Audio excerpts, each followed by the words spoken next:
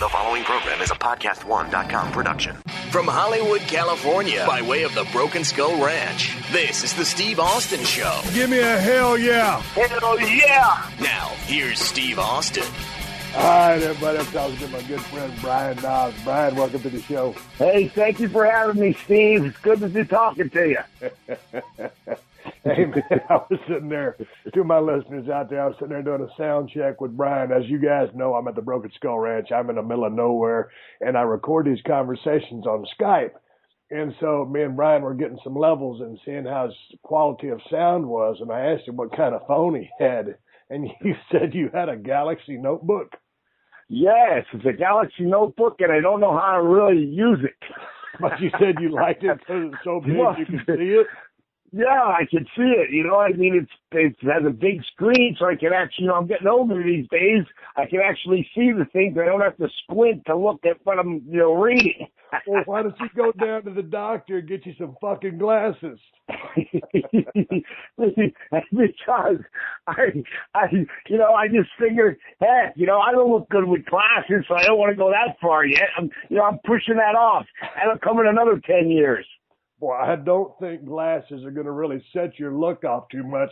On the other side of that, you've been married for 20 damn years, so what difference does it make? Hey, you're right. You know what I might do, though? I might go down to the nearest Walgreens and get them readers. I heard they work pretty good, and now they got these kind that you can have, like, little lights on the side, so, they help you, read. And also, they give you a light.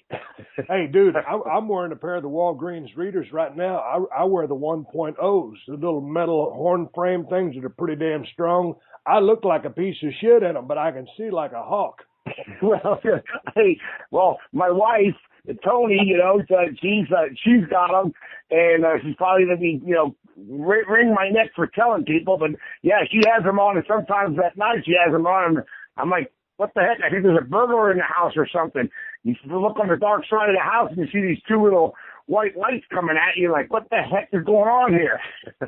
Tony has the kind of glasses with the little lights on them? Yeah, she has the things that has a little thing on the side. And that's why I said I got to get a pair of them. Hey, man, let me ask you, man, you and I have been in the pro wrestling business for a long time. How long was your active career, Brian? Well, put it this way, I'm still, like anyone would say, I'm still going out there and doing it. I don't do it as much anymore, so I'm kind of like semi-retired. But 27 years I've been doing it. Okay. I mean, it's really taking a toll on the body, I'll tell you that. I know, I want to get to that. But the question I want to ask you is, I know your wife, Tony, pretty well. Every time we get a chance to get together, whether you guys are in L.A. and we hook up with myself and Kristen or just around. But I've known you for a long time. I've known Tony for a long time. How long have you guys been married? 20 years in January 21st, but we've been together, living together and everything for right now 23 years, and this coming January it'll be 24. So there's my question right there. I've been divorced 3 times. I'm on my 4th marriage. I went down in flames several times. How did you, out of all the bullshit that you and Jerry Sags got into as the Nasty Boys, and you're one of the rowdiest cats in the history of the pro wrestling business. Anyway, we'll cover some of that down the road, but how did you keep this marriage together? This is a miracle. You got to look at it, man. Nothing comes easy, and grass is not greener on the other side. But I luckily found a good woman that sticks behind us in thick and thin, and not out for herself, and actually there for me to help me out along the way. Because I'm pretty sure if she hasn't been, wasn't around with me for all these years, who knows where I'd be right now. It's kind of crazy, but she's been my backbone. Like everybody says, behind every good man there's a good lady. Well, just like you have a good lady right now, and it took you a little time to find it, I actually found her right away. So that was good on my part, because I'm still here. I'm still going strong. What can I say? Well, hey, man, that's an interesting question. I know that you and Jerry Sags are from Whitehall Township, Pennsylvania, around those parts. Where is Tony from? Tony's from Nashville, Hendersonville, actually. And, she was when she was brought up as a little kid, the parents had a barbecue shop right there, and all the famous country stars used to come in. And believe it or not, I can't. One time I got drunk and I was really getting on her. But when she was a kid, Roy Orbison actually babysitted her. She used to go and with little Roy, he actually passed away in the fire they had back in the day. But Roy Orbison and Johnny Cash used to babysit there.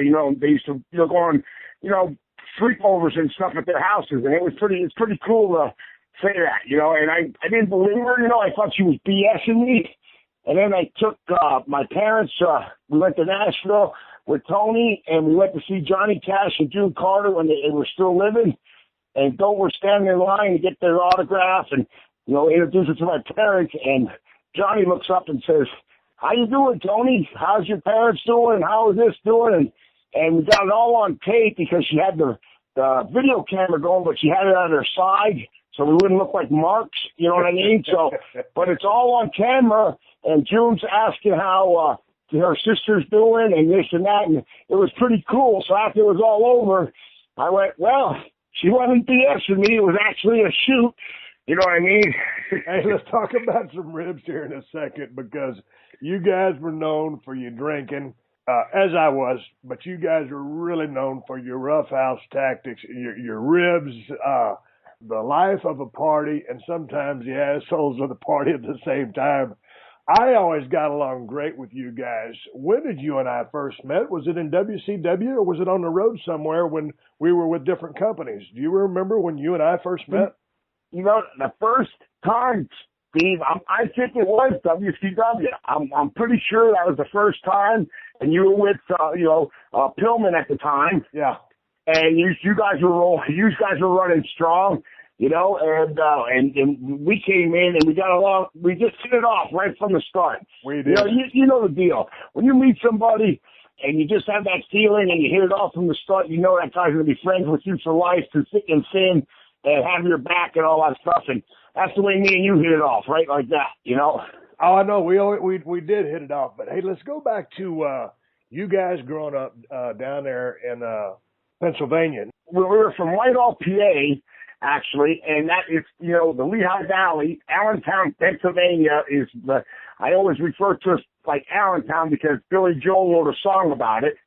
So it was, we're living here in Allentown and they're closing all the factories down. So I'm going to become a pro wrestler and show everybody in Allentown what I can do, though. But so when did you fall in love with the business? When did you start watching pro wrestling? And I'm guessing because of your location, you were getting WWF. It was WWF back in the day. Yeah. Steve, it goes all the way back to the early 70s when Pedro Morales went against Bruno Sammartino at Chase Stadium. I mean, it was all WWF, and we didn't get no others. We didn't get the NWA, we didn't get AWA, and, that was one of the major, companies back in the day. And I guess Vince Sr. ran it, but man, they had Pampero Football, they had S.D. Jones, Superstar Billy Graham, Bob Backlund. I mean, the list goes on. And I used to do TV at Hamburg, and we went and watched, TV.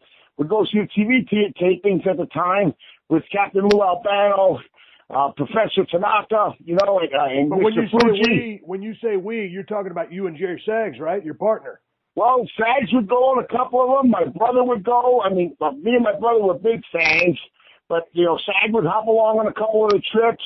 But I was really I was insane about it. You know what I mean? And Saggs liked it, but he wasn't as crazy as I was for it at that time. I was going to, everything. I would every time they would come, I would want to go, to a TV taping. And then I guess something happened in Philly, and when they were taping in Philly, I guess the building burned or whatever. Then they moved it to Allentown. Then they were doing the tapings in Allentown, and that's when Zbyszko hit Sammartino over the head, and Sammartino was laying in his pool of blood there, and that happened right there. And then so did the Jimmy Snuka, Roddy Piper, coconut thing happen there too. That was in Allentown. That was one of the best angles of all time. Yeah, that was either in Allentown or in Hamburg, but I think it was in Allentown, you know. Okay, so you My got memory gets a little foggy these days there, Steve. Yeah, but okay, so you're bit by the wrestling bug, so you decide that you want to get trained. How did you end up over there getting trained by Vern Gagne and Brad Ringens? Well, first of all, me and Ted were getting in a lot of trouble. You know, he got thrown out of college, and I kind of got, you know, a very polite way asked to leave. I was in the Army, and we both ended up back in, you know, Whitehall, PA, and we were getting in fights every weekend, you know, and our good friend was Matt Millen, and at the time, you know, Penn State, and then he went and played for, you know, a great NFL career, but he was playing for the Oakland Raiders at the time. But he was good friends with me and Sag. He was a couple of years older, and he sat us down and he said, "Hey man, you guys are gonna wind up in jail. You guys need to do something with yourselves." Like, gave us a little pep talk there, and then he said, "Hey, why don't you try it now? You always loved that wrestling. Sags, you always loved that wrestling. Why don't you, you know, try pro wrestling?" And we both looked at each other like, "Hey, that's not a bad idea." So then we went, and you know how it is. You know, I know now, and you know now, but we were marks at the time. We were bugging George the Animal Steel. They used to stay right there at the George Washington Motor Lodge, right down, you know, from our houses, about maybe 10 minutes away. So we would bug them after the match. We'd drive around, and we'd look and see, you know, where are they? Oh, there's George the Animal. You know, and we were trying to talk to them. And, you know how it is when they're finished wrestling, they want to have a couple beers and just chill. They want to be left alone. They don't want to be hounded by a bunch of marks. Yeah, exactly. We were stalking them like a bunch of marks. And then finally, George Steele called me up and said, you know, we finally got touch base, and I told him we wanted to be wrestlers. Well, he got so pissed off at us, he had Bob Orton Jr., Jimmy Snuka, and I forget which other wrestler there at the Quality Inn. They were staying at the Quality and called us up to come down, and here they were going to stretch us. They were going to, you know, really beat the hell out of us there, right there at the hotel. And thank God, I was working and Sag was working.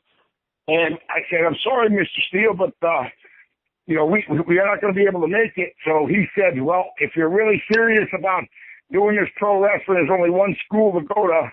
That's Vern Gagne's school up in Minnesota. They'll teach you right," which he was saying in his mind, "You're going to go, I'm sending you up to get tortured," because that's what kind of school it was. You know, you're getting up and we started with 22 damn students, and me and Sag were the only ones to survive. And the only reason that was is because we lived on the bottom of Brad Reagan. Brad Reagan's trained, you know, the Olympic champion. He was our coach, and we lived in his house, so we were on the bottom of his house. So our car broke down, so there was no way. We were kind of stuck. It's like we couldn't get out of there. It was like, you're here, and you're getting tortured. I'm telling you. I mean, you know, because he had the Olympic champions come in there like Jeff Blatnick. God bless his soul. He's not here no more. But you know, he came in and stretched, and we got stretched by everybody. You know what I mean? But the craziest part about it was, hey, let's face it, he's an Olympic champion. When we came to the camp, there was no wrestling ring. It was Olympic mats. I'm going, we were on an Olympic mat for 3 months, Steve, and we got tortured. I mean, we got tortured. Brad was actually, we were real wrestling, and we were getting hammered, and we were going every day, almost, I think it was 4 or 5 hours a day. I mean, it was like an Olympic training camp because that's what Brad was used to. Yeah. And then when you couldn't even lift your arm, then Vern Gagne would come from the office, all dressed up in his tie, and take his tie off, and get down there on the mat with us and put us in these shooter holes till we screamed. You know, oh, you know, and by the time Brad worked us over, our grandmothers could have beat us. You know, I mean, let's face it. But that was the way they did things back then. You know, I guess it was almost like they tortured you to try to get you out of there. They didn't want you passing the school. I've got to ask you this: with all the amateur greats working out with Brad Ringen, getting stretched by Olympic level athletes, and then here comes Vern with his background, with all this scientific amateur training. I don't remember you guys employing any of those tactics as your tag team, the Nasty Boys. You guys, don't get me wrong, you get your high spots in, but you guys were brawlers, lots of punching and kicking. What happened to the scientific amateur stuff?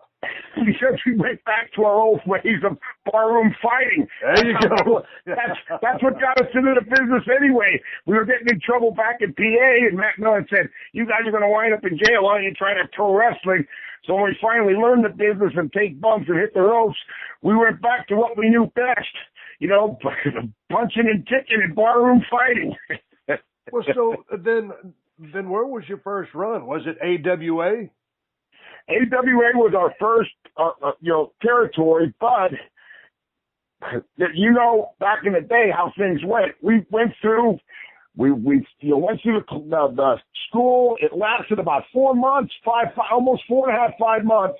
We were the last guys to survive, and then after that, we got hired by Vern, but it was hired by Vern to drive the ring truck and referee. We did that for 6 to 8 months. Oh, and then man. one day, on the ring was just so early. So Kurt Hennig and I forget it, Jimmy Snuka and Colonel De Beers and all the main eventers would always come in late, because they were used to coming in late.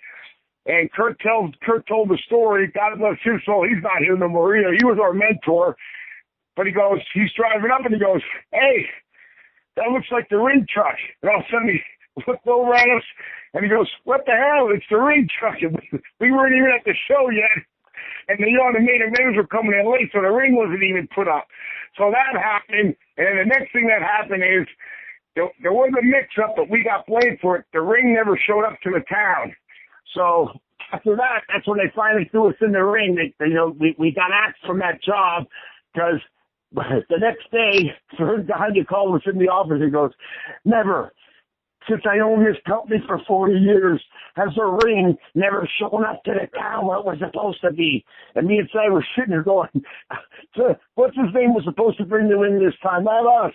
He goes, bullshit, you guys were down to bring the ring and you didn't bring the ring. We were sitting at home and we get this call and it was the ring didn't show up to the town. So straight up shoot, was it your fault or was it the other guy's fault? It was the other guy's fault, but he blamed us, of course. He was around for a while. So then you guys get in the ring. Do y'all automatically come up with, okay, we're going to call ourselves the Nasty Boys? Was that the first name? How did y'all get to that? No. Our first name, believe it or not, we had this thing because I was in the Army. We were going to call ourselves the Mercenaries, right? It kind of got a good ring to it. Sounds better than Ringmaster. Oh yeah. But so we had this baby, okay, the Mercenaries, we're going to go with that. And then we went out with Vern Gagne's daughter, Donna, and she went out with us one night, and we were out to 2, 3 in the morning. And the next day when we came in the office, she called us in, and she goes, I want to talk to you guys about something. She goes, the way you acted last night, you acted like a bunch of rowdy, nasty boys. She goes, you guys should think about maybe calling yourself the Nasty Boys. And me and Sag looked at each other and went, hey, that is a good name. And that's how we got our name, from her going out with us one night. And me and Sag back in the day, as crazy as we were, doing our thing. And then the next day she said, I don't know why you want to call yourselves the Mercenaries. You guys should call yourself the Nasty Boys. And me and Sag went, hey, that's a good name. So we went with it. So you're there in AWA, and then so how long does that last? Because then I probably met you guys down in WCW in, 91, 92? I think in 90 we met. 90? 90. I think we met in 90.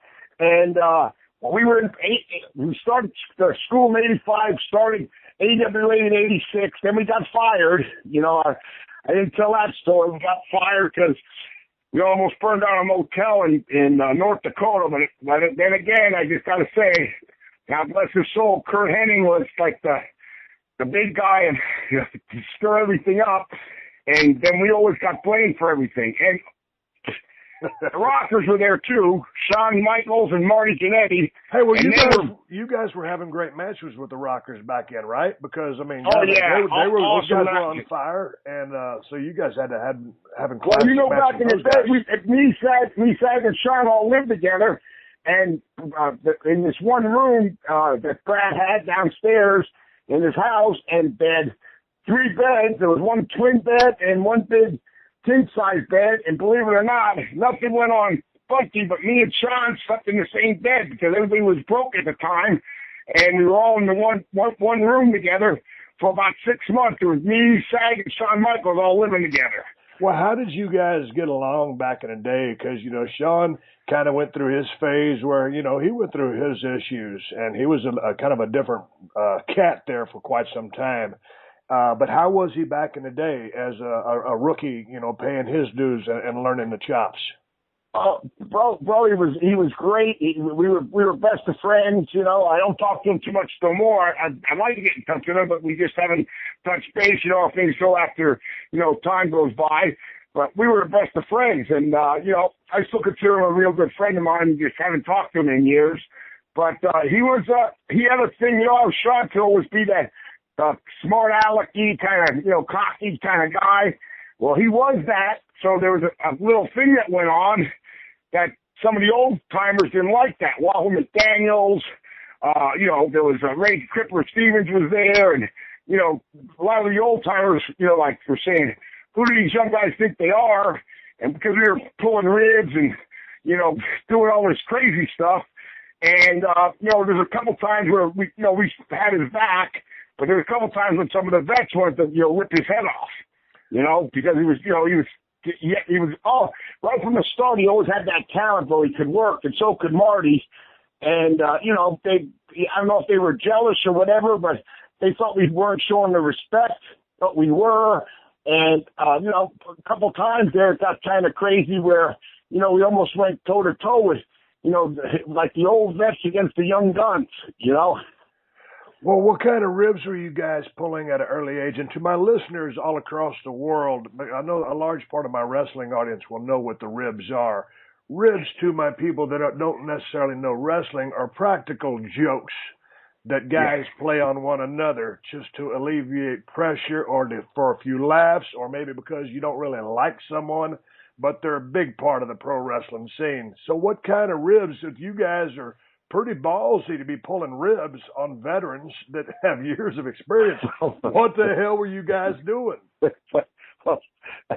Kurt, the thing with it was up there at the Western Hole, it was called, up in Grand Forks, North Dakota, and Wahoo and Kurt kind of had a little thing going on, and at the time Wahoo was the booker, and him and Ray Stevens were staying in a room together, so he had us bang on their door real loud. This was an outside hotel, you know, you could just drive up to the room. Yeah, like so we banged on the door, boom, boom, boom, boom, boom, boom, boom, boom. And then when they opened it, we were sitting in the back of Kurt's truck with Sag had one and I had one with one of these 50 Roman candles each, so 100 shots each. And when they opened the door, bing, bang, boom, boom, they were getting blasted by these fireballs, these, you know, red, yellow, blue were coming shooting in.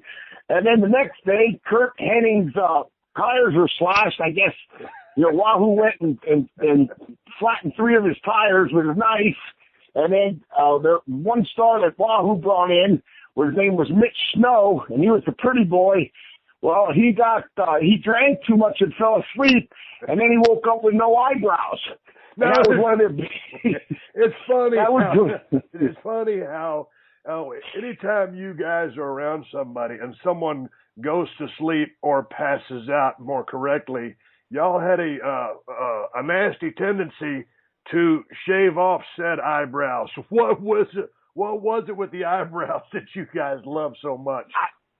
Dude, I don't know. That was something that Kurt Hennig, you know, I don't know who actually invented that damn rib, but, you know, I lost my eyebrows a couple of times, and you know what? It wouldn't cut both of them off. You would only shave one of them off. So you look like a moron when you're going through the airport, you know? And, you know, it takes a while for them to come back. Oh, hey, I want to tell you, I only got Kurt once, and it was great because he didn't know it until he got to the airport. And when he went to check in his flight, because we were in the Tennessee territory at the time, in the Mid-South, this was in 87. Yeah. And we finally got him. He didn't know it. And we rushed him to the airport. And then when he got off, and he gave his ticket on, that's when the lady was looking at him weird, and he touched his thing and went, "You son of a bitch has got me." You know what I mean? So this is what he did to us. For me and Chad had a one-bedroom. And in this one-bedroom in Tennessee, we had the Rockers staying with us. We had Scott Hall at one time staying with us. Everybody staying with us in this one little shitty, crappy one-bedroom apartment. So about Kurt leaves and about a month goes by, and me and Sager are at each other's throat. Sager's going, "Wash your fucking stuff. You know, it smells like shit in here." And I'm going, "It's not me, it's your stuff." You're right, right? Yeah, we were almost going to fisticuffs. Finally, we go and clean the whole room out. And right in between, we both had twin beds. But in between, we had the nightstand. We pull out the drawer, and we're cleaning out the drawer. In the very back, there's a Dove soap container. And Chad goes, "What's this?" And when we pulled it out, that damn Henning took a dump and put it in that Dove container, that Dove soap container, and put it in the back of our night table stand there in the drawer.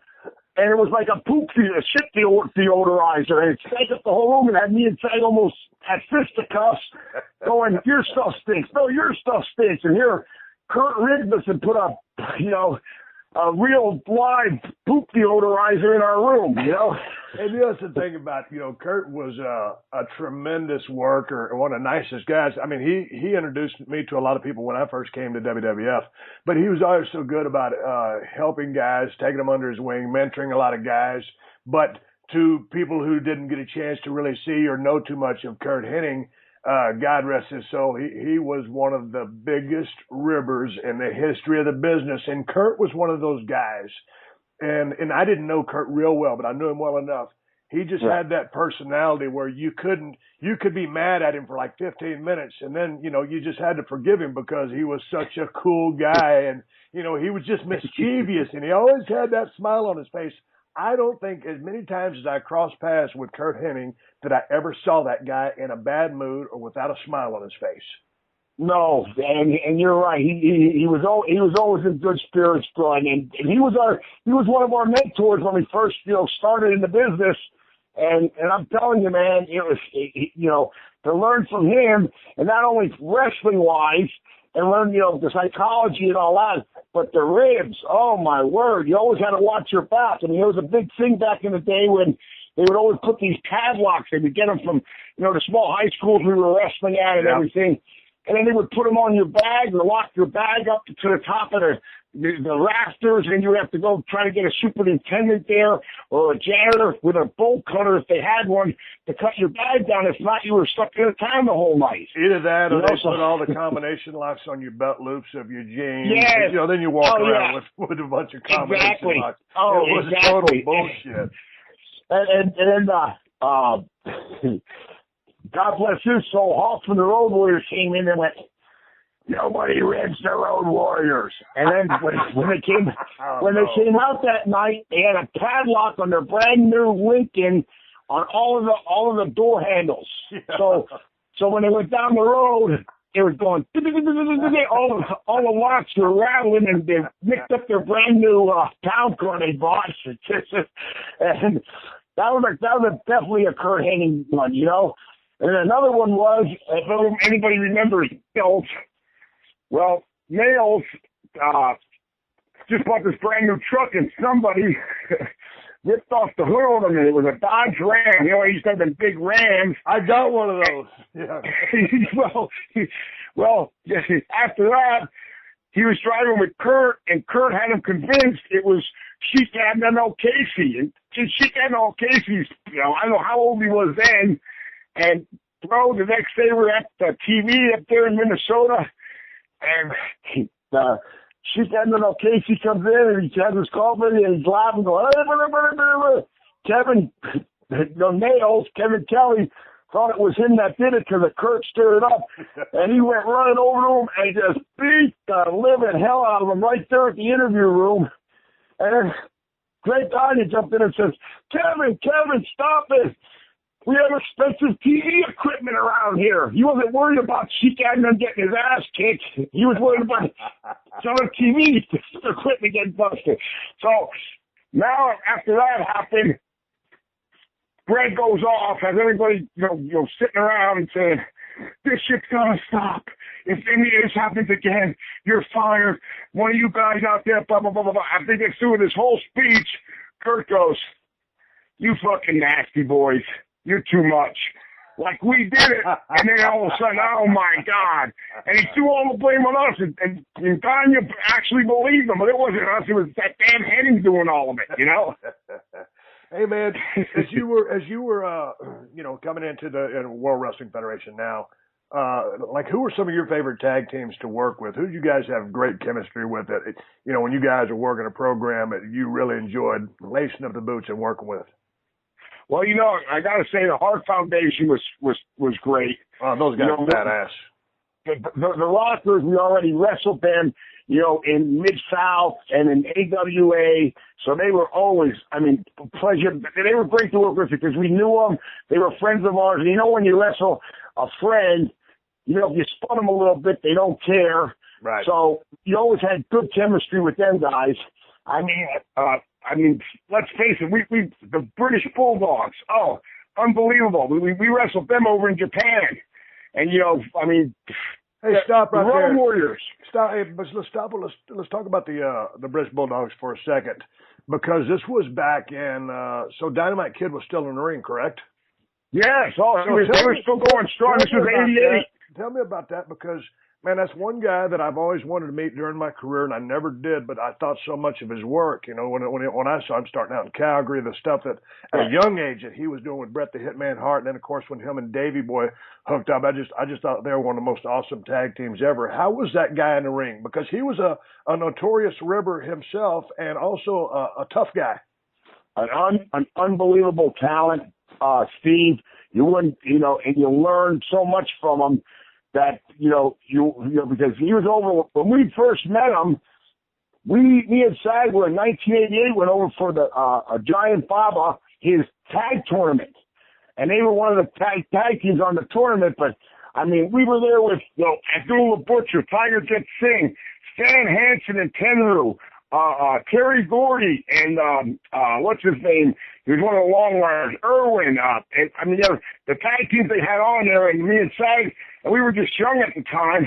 We were getting rid by Dynamite every day. We would sit, on the bus in front of him, and he would use me and Sag's head as ashtray. After we were smoking, we put the ashes on our head. Then when we get off, we go, what the hell's this on top of our head here? He's, using us as ashtrays. But, dude, you learned so much back in the day from them guys. It was unbelievable. And then Davey Boy, wrestling in that match, where, we wrestled him twice or three times over there. He put you in that, suplex, but he holds you up in the air so long. Dude, he had me up there for over a minute or so. I was ready to pass out. I'm like, when the hell is he going to drop me? I couldn't breathe anymore. And finally, he went down with me, and I was like, oh, thank God. Because when he had me up like that, and I'm a big guy myself, I couldn't, cut off my circulation. I couldn't breathe. Hey, how snug was Dynamite in the ring? Because you guys were known for being snug, and it looked good on TV, but it probably felt a little bit brutal. But so how was Dynamite as far as being on the receiving end of y'all's offense? Yeah, you knew. He laid it in. He definitely laid it in, but it was nothing that you got injured on. It was something like, hey, this is pro wrestling, kid. So take it. You know what I mean? So. And that's what we did. It was solid. He worked solid, but he never hurt us, Almost like the Steiners. When we first got into WCW, nobody wanted to wrestle the Steiners. Like, they were hurting people and throwing them around. They threw them to us, and they said, hey, you guys are going to wrestle the Steiners. We said, great. We loved the way Robbie and Scotty wrestled because it was kind of our style, too. And we had the greatest matches with them guys. because we didn't care. And you know what? Me or SAS can knock on wood, we never got hurt once wrestling guys. And they would throw us every which way but loose. And you know what? Even if you didn't want to go, you were going, because they were actual wrestlers from Michigan, so they knew what the hell they were doing. So there was every suplex in the world, me and Ted were getting tossed around like a bunch of beanbags. You know, I also think about, when I go back to think about Rick Steiner, because I remember first coming across Rick Steiner watching Mid-South and Power Pro. And back then, I mean, he was super jacked. You know, he had that lower center of gravity, you know, his shoulders as wide as a barn door, great genetics, shoot wrestler. And that dude was just tough. And then, you know, on the other end of that, then you got Scott, the gigantic Jacks. And with all of the maneuverability, the athleticism that guy had with the Frankensteiner, those guys were just unbelievable athletes. And I was always, I always got along great with the Steiners too. And I wrestled both of them on some singles occasions and had really great matches with them. But they were fun to work with, but they were some physical specimens. They wanted to toss you around. You was going to start flying. Well, you know, Steve, if they wanted to do anything, they were doing it. And, you know, you just had to be prepared, because there was no stopping any suplex they wanted to do. They would get you in that hole, and you go with it. And even if you didn't want to go with it, you were going with it. You know what I mean? So, but I must say, I don't know, you never got hurt wrestling them, right? Oh, no, I loved working with them. Well, the thing was, when we first came to WCW in 90, nobody really wanted to work with them because they were, you know, tossing guys around, and I guess a couple people got hurt. And they threw us in there, and we had to go. That was the match that got us to the WWF, that match, the Halloween Havoc match. They went out and they said, you know, you guys are wrestling the Steiners for the, you know, United States Tag Team Championships, and they built an angle up, and we kind of laid them out on the signing, you know, when we were signing the actual supposedly contract in the middle of the ring, and we were the first ones actually to lay them out, so it got us good heat. And then, bro, we had the greatest match at Halloween Havoc. We went 24 minutes with them guys. Sag got juiced open, and almost like you got juiced open that time wrestling Brett. It was the same thing, the hard way, over the top of the head with a chair, and Sag was bleeding, and we just kept on going, and we went all over the place. I mean, we were getting thrown off the top rope with these suplexes. We were back and forth doing, you know, crazy-ass stuff that wasn't even seen back then. And, you know, after that match, about 2 days later, Hulk Hogan called me, because I knew Hulkster at the time, and he says, hey, Vince McMahon wants to talk to you. And Vince gave us a call and offered us a job up at the WWF after that Halloween Havoc match in 1990. The Steve Austin Show. The Steve Austin Show.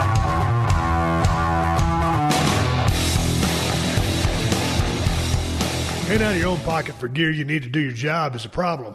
All kinds of departments across the nation, police, fire, EMS, medical workers on the front lines, and even military units, they all deal with constrained budgets and outdated gear.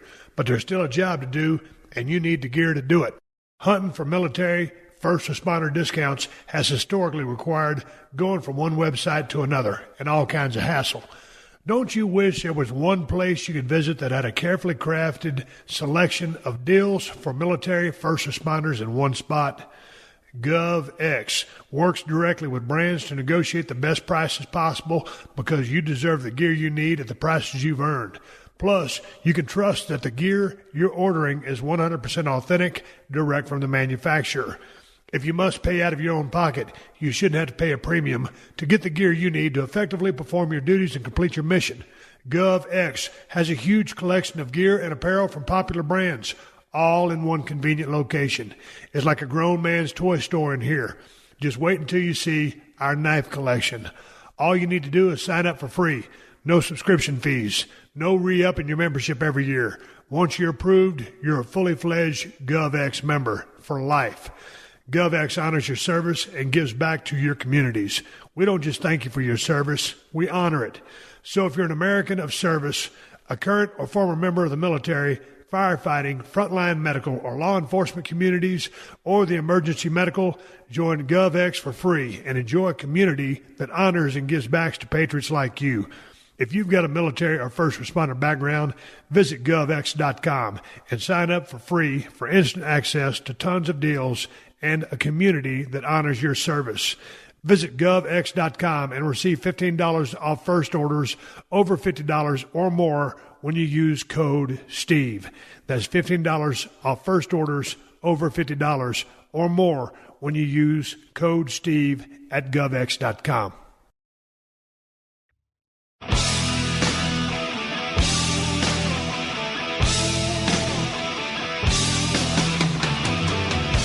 All right, everybody, I'm talking to my good friend Brian Knobs. So when you go up to the WWF, I mean, for me, the way I've always explained it, and I think this is the way it is, WWF, you want WWE, whatever you want to call it, that's the major leagues. And WCW was kind of, training grounds. It was minor leagues. Yeah. And so you guys going to WWF, y'all roll in there, and how were you received? And is that when the final look came together with the graffiti style stuff? And right. Vince was down with bringing you guys in and put a rocket on your back?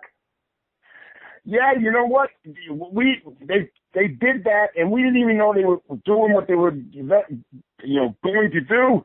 We just thought we were coming in there to work, and they had us already, he didn't tell us, but he already had us figured in. We got in there in November of 90. We actually started at the same time Undertaker started. And Really? Undertaker was in that, Undertaker came in the same time we did. And, he was in that Survivor Series in 1990, but we weren't. And then in 91, the Royal Rumble, they put me in, and they didn't put Sags in that one. And here I looked on the list, and Jimmy Hart was, our manager at the time. So it ended up to be the last three that was going to be in the ring were me, Earthquake, and Hogan. And I was going, really? Are you kidding me? And, so it ended up, bro, that was, there we were at the end of the Royal Rumble in Miami in 91. And, Paul said, how do you want to go out? And I said, well, give me the big boot, and I'll go out backwards over the ropes. And he looked at me, and, I weighed about 290 at the time. He goes, you sure you can do that, brother? And I said, I promise you, Hulk, I won't let you down. And Billy gave me that big boot. I was so amped up. I didn't even touch the back of the rope. I was flying, man. I was like, because at the time, Hulkamania was running wild, and the last three in the ring, me, Earthquake, and he had like a little angle going with Earthquake, and Hulk. I mean, and then to hear the fans. I mean, I was so energized up. But the funny thing was, when they finally called my number, I think I was number 17 to get out there. I ran out there and went and, Piper even, he's on the announcing going, boy, look at this young nasty boy, he's hitting everybody. I went in and started hitting everybody. And, with stiff shots, of course, and doesn't Kurt Hennig. I finally go up to him, I go to swing at him. He backs up 2 steps, I fall flat in my face, and every guy in the Royal Rumble jumps on top of me and starts whooping my ass. I mean, if you ever get that Royal Rumble, watch it. For a shoot? Oh, yeah.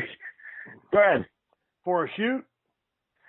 They were just giving it back to me. Stiff shots, but they were whooping. They were bang, bang, bang, bang, bang, bang, bang. Like, who do you think you are, young kid, coming in here gonna do this and that? So it was almost like receipts. You know what I mean? Hey, but you know what? And here's a little bit of advice for any of these new cats that go into a Royal Rumble. When you go in there, don't go in there and try to do a bunch of whiplash, bing, bang, boom bullshit. Go in there and start kicking motherfuckers' ass, just like Knobs did. Bang, forearms, just make your rounds. You got to make your presence felt. You got to have an explosion. So many cats go out there in their first Royal Rumble and they want to tee off with a guy and try to send him into the ropes while there's 15 other guys in there and do a bunch of stupid shit. You get over by doing the stuff that you did, or for me, stomping people or just making rounds with big right hands. That's how you make an impact. But you said, I want to backtrack a little bit. You said when you went in, you were figured in. And let me explain that to some of my listeners that don't know the professional scene too much. Figured in means when you come in, okay, let's talk about when I went in as a ringmaster, I wasn't figured in. I was just going to be, kind of a mechanic.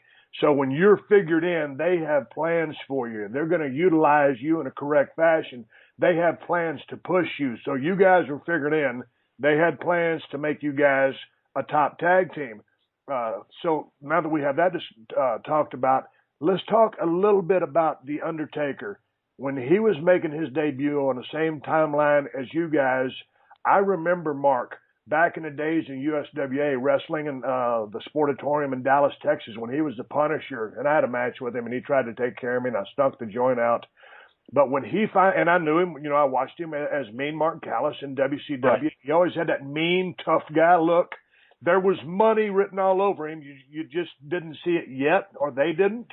And so, man, all of a sudden he goes to WWF, and he comes out as The Undertaker. And when I first saw him debut, I was entranced. I thought it was the greatest fucking gimmick I'd ever seen in my life. And he played it to a T. And you would see little kids on the front row, Brian, scared. I mean, really fucking scared. That's how good this guy was. Nobody in the world could have pulled that gimmick off like Mark did as The Undertaker. No. So what did you guys think as this guy started sawing his way through the competition? Well, he was always good. He was a friend of ours. So we got, because we all came in there together. But, we were there for his first match. I mean, I don't know how many wins he has now. Is he on 20? But his first match was against Jimmy Snuka at WrestleMania 7. Right. And our first big deal was WrestleMania 7. We wrestled the Hart Foundation and won the WWF Tag Team titles. And that was the biggest, like I said, everybody asked, well, what was the greatest match you guys ever think you had? And I said, well, there was the match against the Hart Foundation, because that's the one that stamped us as you're legitimate. You're in the WWF now. You just won the, tag belts at WrestleMania 7. And now we're up to, number 30. So I feel like an old NFL player when they, back in the day, they go Super Bowl I and Super Bowl II. And, Super Bowls, we were at, number 7, 8, and 9. And, there is no other venue that is like WrestleMania. It is the Super Bowl in our sport. And to be involved in any of them is an honor, let alone winning the WWF Tag Team titles, at a WrestleMania. What did winning the WWF Tag Team titles mean to you guys on a shoot level? Oh, on a shoot level, it was amazing, because for that time, since we started, every time I would call my dad, that's all he would ever say to me. You're not in the WWF yet, kid. You're not in the WWF. And we were from AWA, which was on ESPN. We were down in, Georgia. Then we were in WCW. And he would always mention we're not in the, WWF yet. So, when we finally got there, and then they gave us that push, and we didn't even know we were getting the push. And I'll tell you, it pissed a lot of people off, because there were a lot of different tag teams at the time. Not the Rockers, of course, because they were friends of ours, but there was Power and Glory, Roman and Hercules, and the Road Warriors. They have been there already a year and still didn't see the belts. And you know how, that could be, because, Joe and Mike were the Road Warriors, and let's face it, I know they wanted the strap, so here we come in, and boom, we come in November, and in March, or the end of March, we're the tag team champs. And then we went into the gym after we won the belts. Everybody's working out with the belts on, eating ice cream cones. And that had to get some heat, because some of the older guys thought, why are they giving the belts to them two effing idiots? You know what I mean? So it was what it was, but it definitely was the greatest time ever. One of the monuments that I'll never, in my career and in my life, it was one of the best times ever. I mean, it was out in L.A. yet. Colin McCaughlin, the Home Alone kid, was there. Henry Winkler.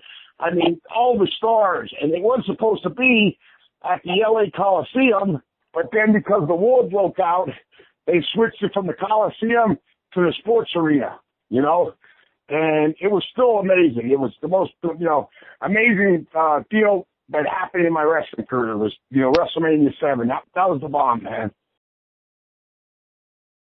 Hey, man, what was it like? You said it a while ago, Hulkamania was running wild. Shoot, I was down in WCW or wherever I was at. What was it like being in the middle of Hulkamania there with the Hulkster himself? Dude, it was unbelievable. And I would watch his matches, and what really amazed me, and it still did, because it happened when he wrestled The Rock, but this would happen all the time, was after his match was over, he'd spend that 10 or 15 minutes posing down, and nobody would leave the building. You know, usually after the last match is over nowadays, everybody's bolting for the doors. But in his deal, when he was main event, you know, the people were so enthused, and, you know, the Hulkamaniacs were going crazy that after he would win the match, they would stay around to have him do that, you know, he's posing down and with the ears thing and pointing this way, that way, and he'd be out there for 10 or 15 more minutes. And the people never left, and it was unbelievable. And I would watch that night after night going, damn, you know, that's what you call over. You know what I mean? So, yeah, it was really amazing to see at the time. It really was. You guys were selling out everywhere you were going, right? Selling out everywhere we were going, and that's what they were running 2 times a night. Yep. You know, the A town and the B town. And the B town, I think, was, if I'm not mistaken, was Warrior against Taker, and they were doing okay, but you always wanted to be on Hulk's show because you know it was going to be sold out, and you knew you were going to pull in a lot more bread. You know, so you were always hoping to be on the A show, not the B show. You know? The B towns are usually a little bit smaller venues. You know, that card wasn't as stacked as the main event card. So yeah, right. The money was always be on the A card. Let's talk a little bit about tag team wrestling. I love tag team wrestling, but I figure a tag team has to be together for several years to gel and to have the chemistry and the psychology and for one guy to go out there and be able to read the other guy's mind and see the direction a match is going. And you just mentioned some great tag teams a while ago. And, you know, back in the day, I used to enjoy, you know, of course, the Killer Bees, along with all the other guys that you've mentioned. And, of course, you know, Road Warriors and, you know, down south, you know, Midnight Express, Rock and Roll Express. But Rockers, but right. you know, Jack and Jerry Briscoe to go way back. But you know, Arn Anderson, Tully Blanchard, Arn you know, Tully, Arn and Ole. I like both combinations. So my point is, man, tag team wrestling is so fun to watch, and it's just an art form. If you have a good tag match on the card, and you've got 2 over tag teams, I mean, it's hard to steal the show from those guys if they're on and they want to work, just because of that, the dynamics of the things you can do with the referee. Do you still watch wrestling today? I still watch it, and sometimes, you know, I watch it periodically, you know what I mean? And but don't you miss the tag I know teams? somebody on it. Don't you miss it's a lost art. There's no really, it seems like they don't really care about tag team wrestling. They just put this guy with this guy, and, you know, they'll be a team. They make a dumb name up for them, and it's usually a piss poor name. They just have 2 guys, and they'll work together as a tag match as a tag team for, you know, a couple of weeks, couple of months, and then split them up, go their separate ways. But I miss the days back when, you know, like the Hart Foundation, back when those guys were a tag team, man. I dug it. You guys, y'all were a tag team. And it split you guys up every now and then, work a single, but I like you guys as a tag team. Right. And right. And you know what? Very, very, very rarely, though, did they split us up too much. I mean, we would get split up when we were ready to go to a big, like, SummerSlam or something, and then they would put us with one of the, you know, like I would wrestle Hawk or Sang would wrestle Bret Hart, or, you know what I mean? Right. And they would build to the match that was going to be the tag part team of the match. storyline, yeah. Right, exactly. But it's a dying art right now, and like you said, all of that together made the phenomenal of the show. I mean, all of the different characters together, you know, and nowadays you see a lot of just everybody's dressed the same. I mean, they're getting into more of the costumes and stuff again, but mostly everybody has this, you know, the short shorts, a great body, and a lot of tattoos. You know. Hey, yeah, you know, I could go crazy on that. Sometimes it frustrates me. Let's talk about one of the maneuvers, if you want to call it a maneuver, you guys used in the ring. It was the infamous pit stop.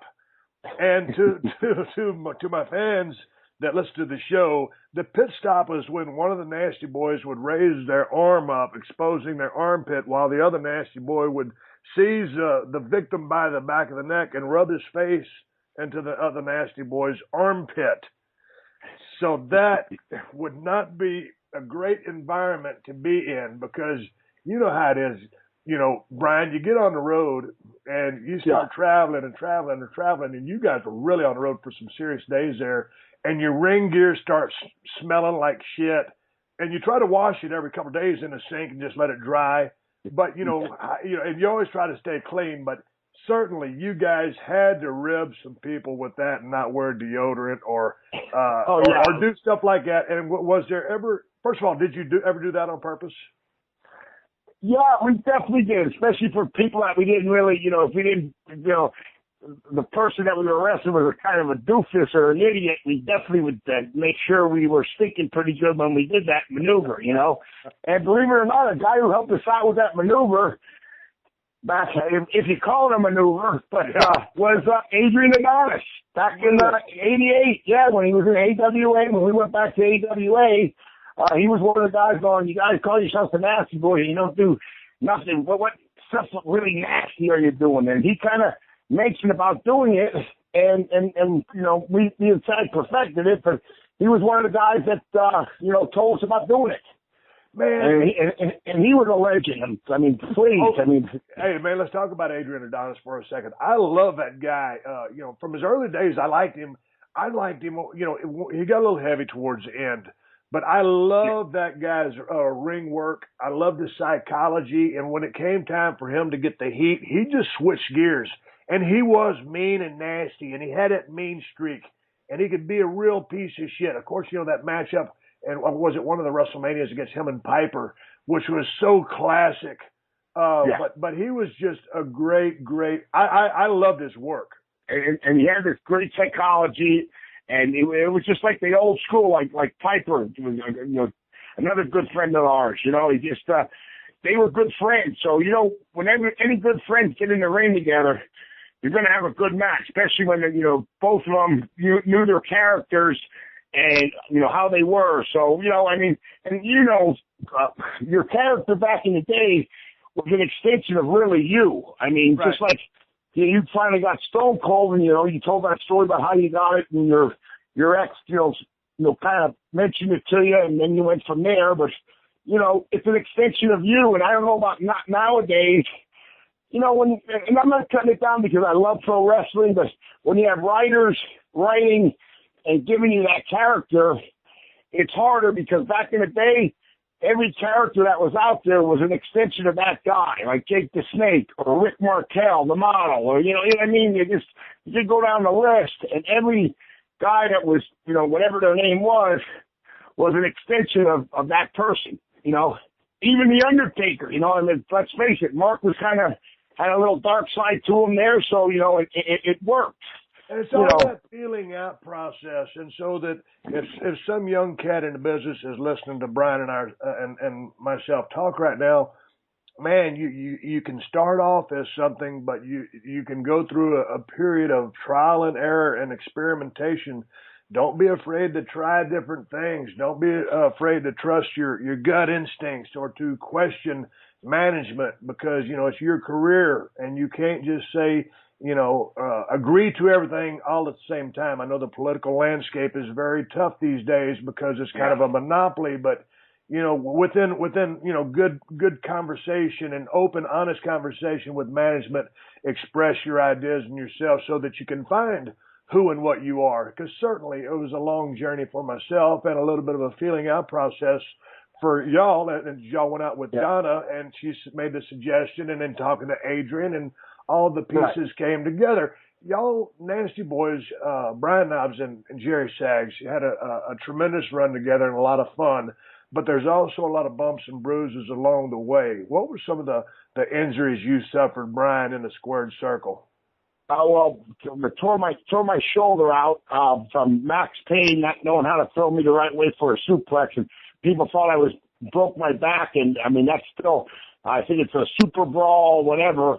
95, that was a bad one. And then, I have a knee replacement on my, right side, left side, knee went on my right side now, but, knee injuries and then, a couple neck injuries that I didn't hurt it too bad, but I got, thrown the wrong way. It's so weird because when you're young, you just keep on going. Back in the day, we didn't have the trainers back there. There was no trainers in the back of the locker room helping you out like today. No. And if you didn't wrestle, you didn't get paid. So you wrestled so many times I could say we wrestled probably with concussions. You wrestled hurt because if you didn't wrestle, you didn't get paid. Right. You had to feed your family, so you just went out there, and there were a lot of locker room doctors back in the day, and you just taped up your shit and went back out there, you know? This is the Steve Austin Show.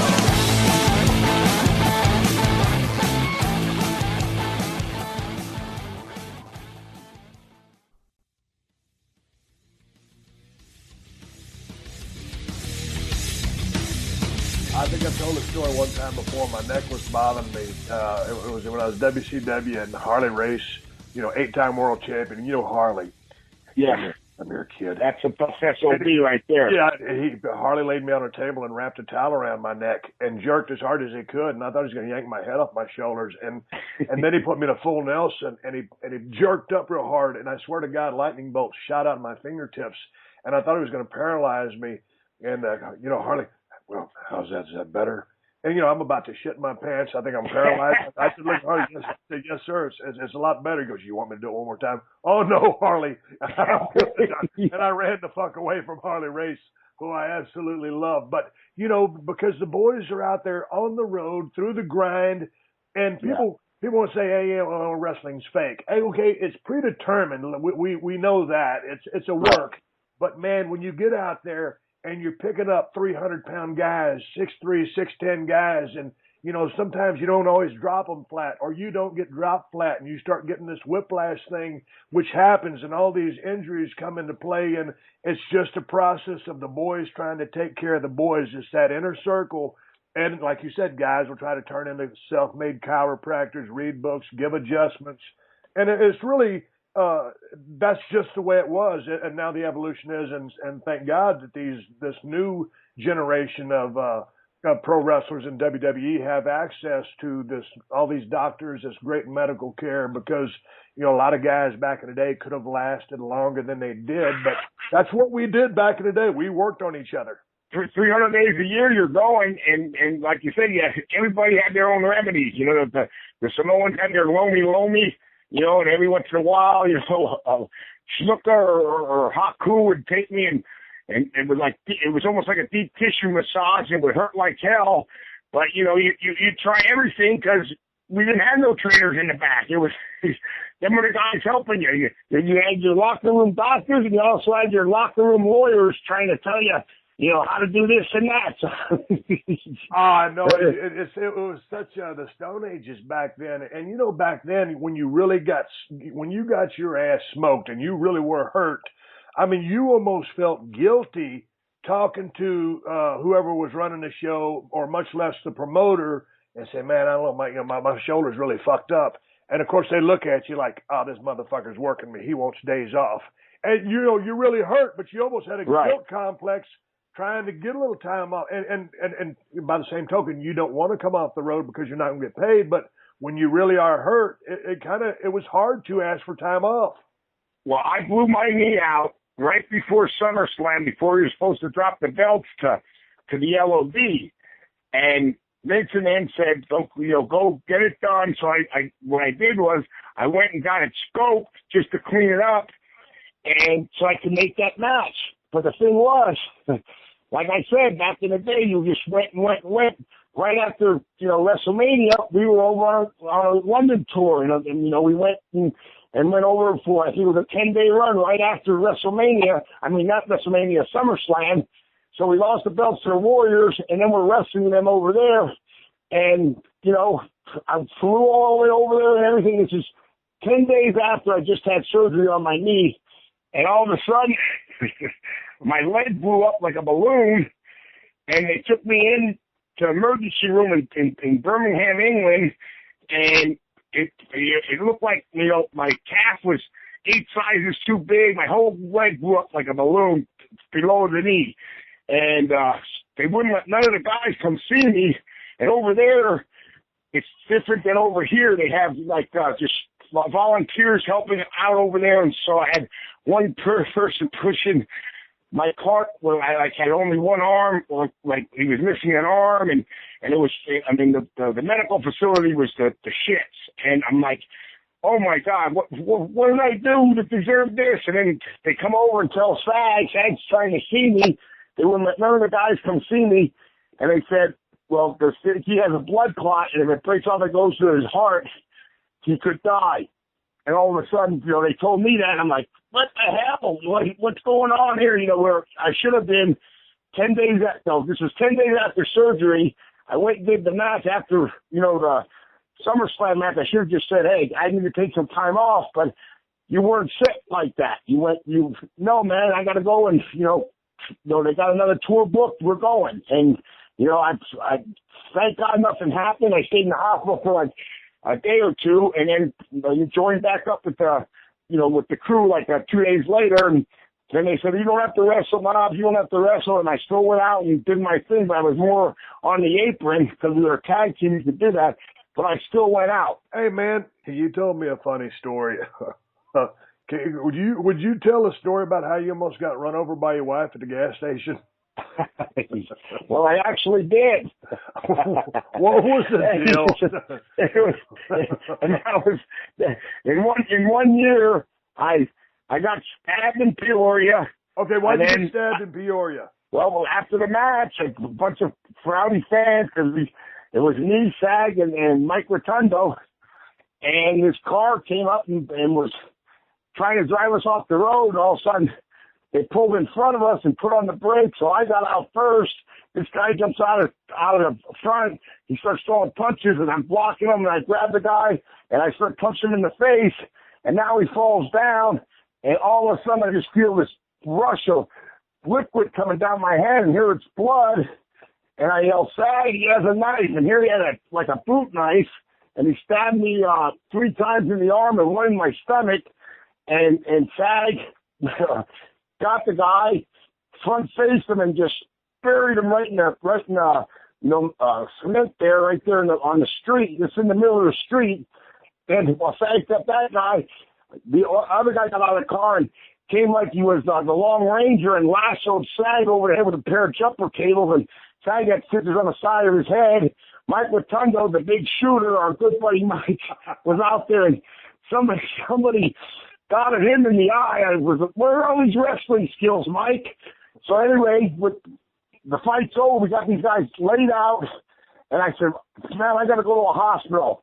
So I kept my arm up over my head, and while we were going to the hospital, Mike's flying like a bat on the hell to get to the hospital. And here we go, we get in, and they rush me in, and I'm in the emergency room, and Sag follows me in. And here they get me, in the operating room, but the room where they're going to work on me and see how bad I am. I had like a Oakland Raiders, big sweatshirt on. It was in Peoria, Illinois at the time, and it was freezing. So when they pulled it up, I had my arm up there, for almost 10, 15 minutes, and all the blood ran down and accumulated, underneath the sweatshirt. Yeah. So when they picked up the sweatshirt, all the big splatters of blood hit the floor and it went boom, boom, boom, boom, boom, and it just blood went everywhere. And Sag went, oh my God, his liver. And I just went, ugh, and passed right out there. And they said, get him out of that freaking operating room. So, I mean, what a deal. What an ordeal, So where did you end up getting stabbed? I got stabbed 2 times in the forearm because I had the guy in a headlock when I was punching him. 1 time in the tricep and 1 time in the lower stomach. But the blade didn't hit anything vital? No, thank God I'm fat. Okay, that's what they said. They said, thank God you got some protection down there. So he stabbed me in the right spot, my fat stomach, So with God. Jerry gets roped with the jumper cables. I mean, these guys are pulling out all the stops. So who ended up technically winning the fight if there was a winner? Well, we did. We left them laying there. Okay. They were laid out on the street, but instead of us trying to, because we were in the middle of nowhere there, we were trying to go to a hotel, but it wasn't in downtown Peoria. It was on our way, we always stay out by the airports, and right. And sometimes when you're out there by the airports, there's not really nowhere. There's nothing out there. And by that time, this is 1992. So there was nothing out by the airport.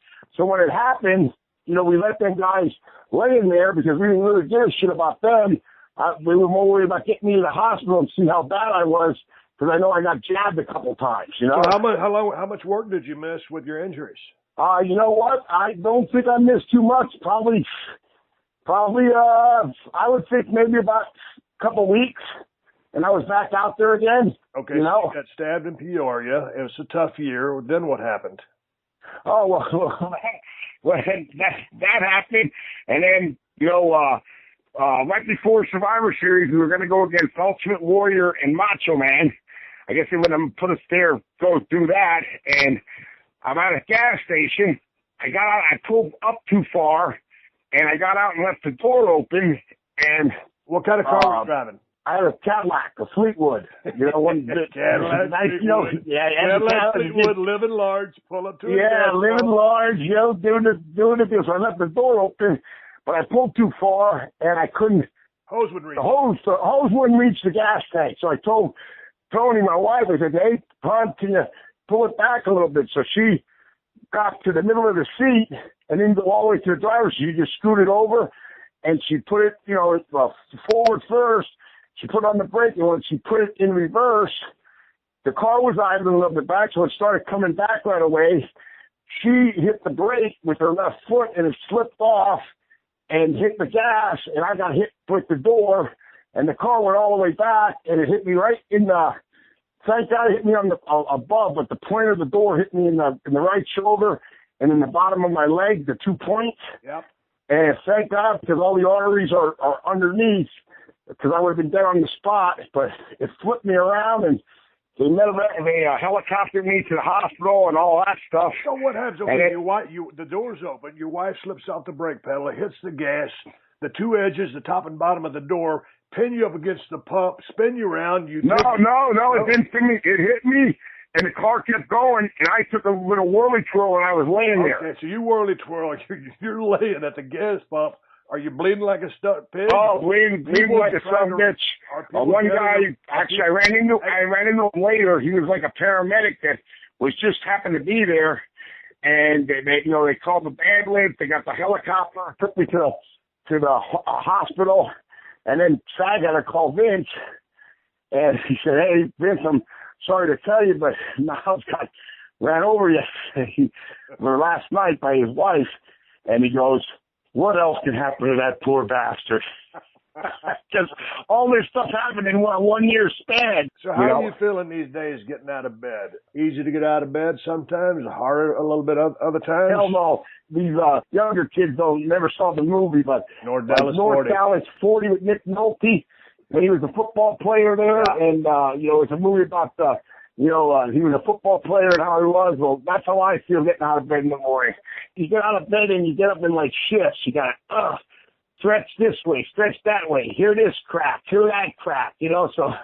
But did you see the writing on the wall midway through your career, or did you ever see a guy that had been out of the ring for 10 or 15 years and see how they were walking or ask how they felt? Did you know what you were headed to? Not really. I must say I really didn't. I mean, I kind of knew it was going to be like that later on. But, back in the day, you really didn't think about that. You just went on and, I wouldn't even change anything today. I mean, hell, it is what it is, and it's called pro wrestling for a reason. That's why, we get so mad when people say it's fake, because, hey, it may be predetermined, like you said. A lot of blood, but sweat, let me show you on a everybody thinks the ring is so soft too. I mean, hey, it hurts. It's pro wrestling. You know what I mean? So I could tell anybody, I say, get on the road. Well, not with me now, but back in the day, get on the road with us and just go for 30 days straight and see what you think after that. But then you string, some 300-day years out of that and do that for 10, 15, 20 years, or in some cases 40, as some of our coworkers have made it. And it adds up. It's like interest. It compounds daily. And I feel pretty decent myself. Recently, Brian, we lost one of our brothers. Mad Dog Vachon passed away at 84 years of age. I know. Did you ever cross paths with Mad Dog? I have. I've met him. I met him like once or twice because he was an AWA guy for a while, and him and Vern, and he came through every now and again, and not to wrestle, just, to say hello, or if we were in in Canada at the time.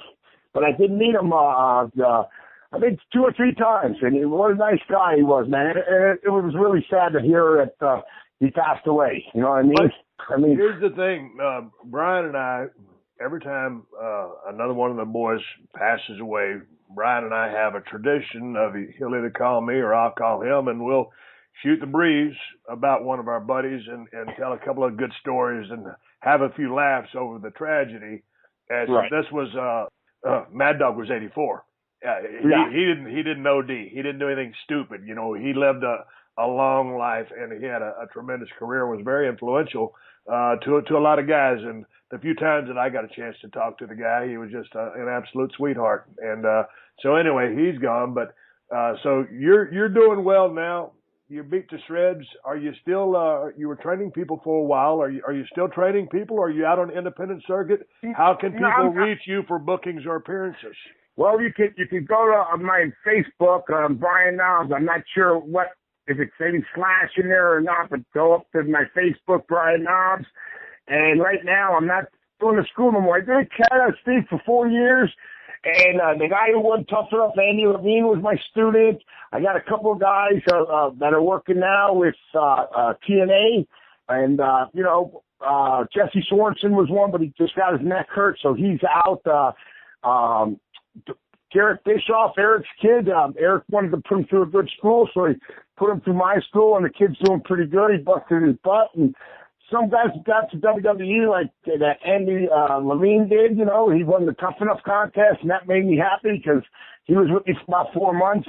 But it's hard training guys now to say where you're going to go. There's nowhere for anybody to wrestle. It's not like it used to be. Let me take you back to your AWA days when you were getting your start, because when I first got on the road in the USWA in Nashville, I was living in a shitbox motel. The people let me pay the rent whenever I had the money. They knew I was good for it. I was an honest cat. They were super nice people. I was making $15 or $20 per night, and most of the trips were anywhere between 200 and 420 miles round trip. Your early days there in the AWA with Jerry, what kind of payoffs were you guys making back in? We were making a little bit better than that, but then when we went to from when we started there, we were making like if we were arrested, they would give us about $1.50, which was great. But then when we left there, we got fired from there twice. And then the one time we went down to Tennessee, and then, that was, Evansville was always $25. Louisville could be, 50 or 40, and then the second time we got fired, we came down here to Florida to Steve Kern and Mike Graham. God bless Mike, so he's not here no more either, but, my wife, she came to one of our matches, and then at the end of the night, I went, we were at Florida Tag Team Champions. I went, here you go, hon. She says, what's that? I said, that's my payoff. It was in an envelope. It was $30. And then we proceeded to go after the matches to McDenton's, and I blew about 85 on drinks. So, go figure. But yeah, definitely, the bigger places like AWA, paid you some money, but when you went to the little territories, it definitely was $20, 15, 30. You know what I mean? And I don't know if you ever wrestled for Mid-South, but, Evansville, Indiana was every Wednesday. And we got paid. Payday. Yeah, it was a payday, but, it was, I think it was the highest we ever got paid there was $50, but it was usually a $25 or $30 night, Hey, man. It's been good talking, and you were telling some rib stories just a while ago. Do you have another rib story or just travel story or anything to end up this conversation? Another reality show. I might be. It's right up here in Alley, actually. It's called Redneck Rivals. You can go to redneckrivalstv.com, and I'm going to be involved with that. But it's two families, like the Hatfield and McCoys. And my good buddy Fred Young, you met him. He came over to your house that time. We barbecued. Yep. I don't know if you remember that. First we met at Barney's Beanery with my wife, and he came out with me, and we had a couple beers there. And then we went over to your house one night when we were in L.A., and you barbecued, and man, the food was good, but the drinks were better. I had one hell of a hangover that night, but yeah, I'm doing something there, so hopefully people can see my big, fat, ugly face this coming year. Probably one of the networks, one of these local stations. It looks like it's going to get picked up, but I'm not going to say where yet because I don't want to jinx it, but I'm going to be involved in that. I'm going to be doing a bunch of stuff, and it's really a good concept, and it's these two families that really don't like each other, and they're two crazy families, and it's like the reunion of the Hatfield and McCoys again. It really is. So if anybody wants to check it out, like I said, it's called Redneck Rivals TV.com, and Fred, called me up and asked me if I wanted to participate in it, and he's been a friend of mine for a while, so I'm doing everything, bro, to stay, me and you, we're always doing something, so that's my one big project this coming year, so hopefully that'll get picked up and you'll be seeing me on the air again. Well, that'll be a damn good thing. Hey, so you can check Brian Knobs out on Facebook. It's Facebook/Brian Knobs, whatever the hell it is. Just Google Brian Knobs on Facebook. You'll find his ass for bookings, appearances, or whatnot. Brian, I'm always fun to talk to you. We stay in contact on the phone all the time anyway. Glad to hear your voice. Thank you for stopping by the Steve Austin Show. I appreciate you. Hey, it's a pleasure. It's a really pleasure of you having me on, bro. You're a great friend of mine for years. You're one of my true friends. And like in this business, you got a couple of them that you can really trust, and you're one of them. And you want to hear a good rib. An early one, we got blamed for it. And I don't know, I was taught way back in the day, never admit a rib, but Raven, at the time he was going to Scotty the Body, we were in Florida Championship Wrestling, and, he had his way doing his thing, and somebody took a leak in one of his shoes, and then there's a big pile of poop in the other one, you know what I mean? So it was, and I'm not saying it was us, but we got blamed. Well, such is life on the road. And the entertainment or the things that these guys will go through to entertain ourselves on the road for a prank, whether it's a loving gesture or a fuck you gesture, nonetheless, it is a rib. Hey, so let's wrap this thing up. Brian Knobs on Facebook. I'm Steve Austin BSR on Twitter. And I'm going to come back after I take a pause for the calls, have a word from our sponsors, and wrap up my conversation and send you guys down the road. It's Thanksgiving time, Brian. Tell these motherfuckers happy Thanksgiving before you haul ass. Yeah, happy Thanksgiving to all of you. Stay nasty, brothers. Have some good turkey and some stuffing like I'm going to do and feed your face. And then have a beer on me, baby. Take care, Brian. This has been a PodcastOne production. Download new episodes of The Steve Austin Show every Tuesday at PodcastOne.com. That's PodcastOne.com.